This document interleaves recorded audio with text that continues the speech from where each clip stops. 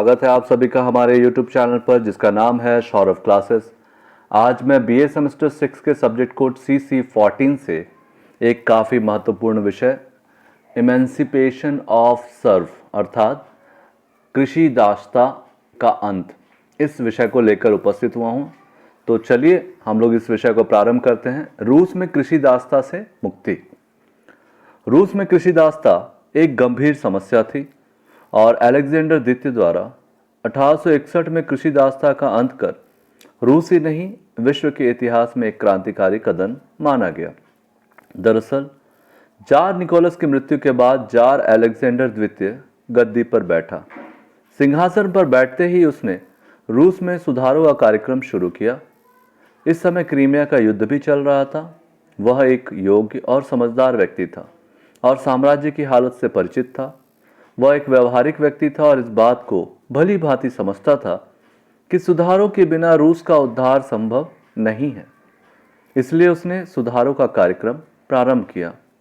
लेकिन इन सुधारों से अलेक्जेंडर लोकतांत्रिक भावनाओं से प्रेरित नहीं था, बल्कि वह इन सुधारों द्वारा व्यवहारिक आवश्यकताओं को पूरा करना चाहता था।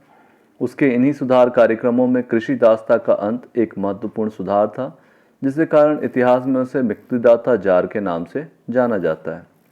अलेक्जेंडर ने बड़े अच्छे इरादे से अपने सुधार कार्य शुरू किए, लेकिन रूस में सबसे बड़ी आवश्यकता इस बात की थी कि दास प्रथा का अंत हो। सभी सुधारक यह अनुभव कर रहे थे कि रूस में राष्ट्रीय जागृति तब तक नहीं आएगी जब तक दासता का अंत ना हो जाए। यह एक प्रकार की सामाजिक कुरीति थी जिसका प्रभाव रूस की आर्थिक और सैनिक स्थिति पर पड़ रहा था। इसी को लेकर रूस सभ्य देशों में हीन समझा जाता था। यूरोप के अन्य देश में इस समय तक दास प्रथा या अर्धदास प्रथा का अंत हो चुका था, पर रूस में अभी 4.5 करोड़ लोग लगभग दास थे और उनकी स्थिति काफ़ी खराब थी। इस कारण यह भय हमेशा बना रहता था कि कहीं ये दास विद्रोह ना कर दे। गृह युद्ध की आशंका हमेशा बनी रहती थी। रूस के ये दास किसान निरंतर आज़ादी की मांग करते और समय समय पर विद्रोह करते रहते थे। निकोलस के शासनकाल में इस प्रकार के कई विद्रोह हुए। किसानों में घोर असंतोष था और इस प्रश्न को हल करना अत्यंत ही आवश्यक था। इस बात को रूस में सभी महसूस करते थे।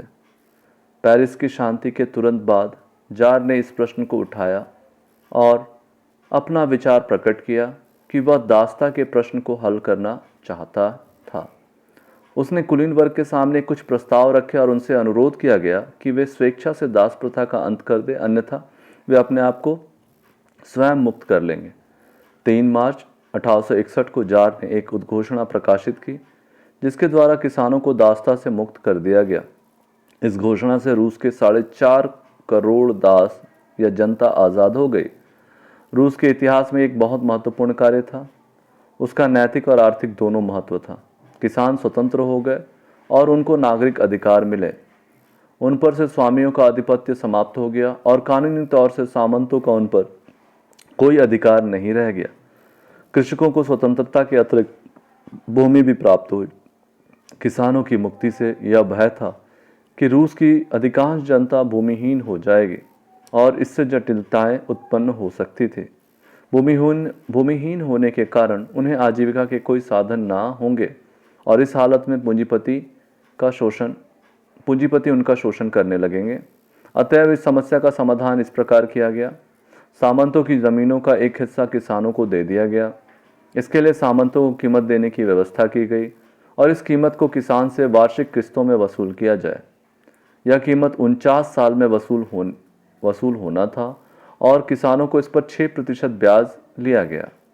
लेकिन इसके साथ किसानों के पास पैसे नहीं थे, इसलिए ज़मीन की कीमत सरकार की ओर से चुका दी गई और यह व्यवस्था की गई कि सरकार मालगुजारी के साथ यह रकम किसानों से वसूल लेगी।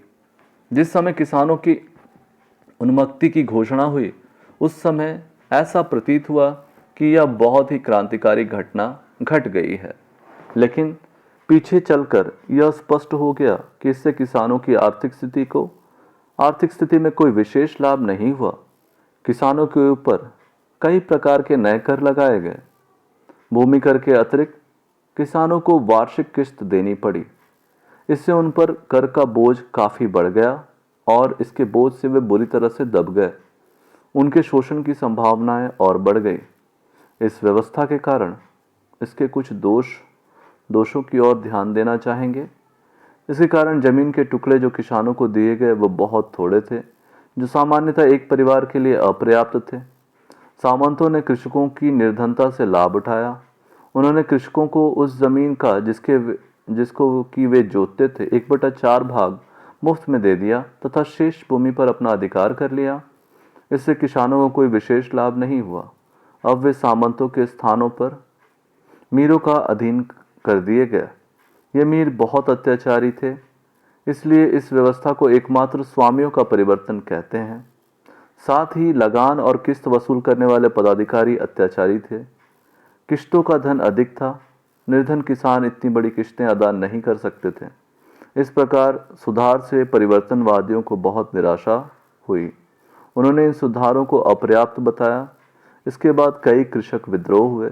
गरीबी, भूखमरी, दुख, दरिद्रता आदि साम्राज्यवादी रूस के लिए एक चेतावनी थी। यह स्थिति सम्राट के शासनकाल के अंत तक बनी रही। इस प्रकार से हमारा यह विषय यहीं समाप्त होता है।